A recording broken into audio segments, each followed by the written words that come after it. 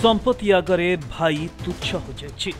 भाई को गाड़ी चढ़ई मारी देइथिला भाई।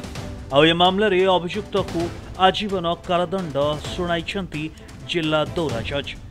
समरेन्द्र दास स्पेशल पी गोटे 14/3/2022 तारीख रात्रि 11टा समय आसामी सुशांत मल्लिक तांकर ट्रक को चढ़ई निजे ड्राइविंग करते ट्रक को चढ़ई तांकर बड़ भाई को अक्षय मल्लिक को हत्या करिसेंती। जो एतला देइथिले तांकर मामू निरंजन मल्लिक से एतला को आधार करी जेनापुर पीएस केस नंबर 66/22 आसामी को नाम 302 दफारे रुजु होइतिला। यही केस तदंत सरला परे कोर्टे चार्जसीट दाखल होइतिला।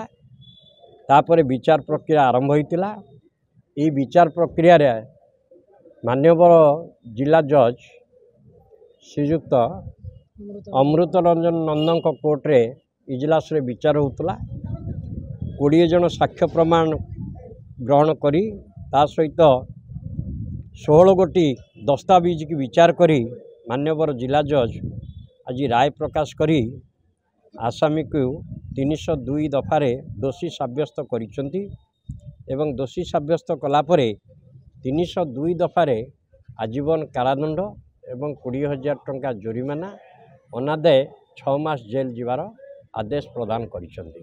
सूचना अनुसार 3 मार्च 2022 मसीहा जेनापुर थाना अंतर्गत बासेली से ग्राम घटला घटनाटी। संपत्ति भागबंटा को नहीं पूर्व बद होगा बेले भाई को भाग नदेवा अभियुक्त सान भाई सुशांत मल्लिक एक ट्रक चलाई घटना दिन बड़ भाई अक्षय मल्लिक को राति 11टा समय परिवार सह घर सम्मुख में छिड़ा होता बेले ट्रक चढ़ई मारी देइथिला।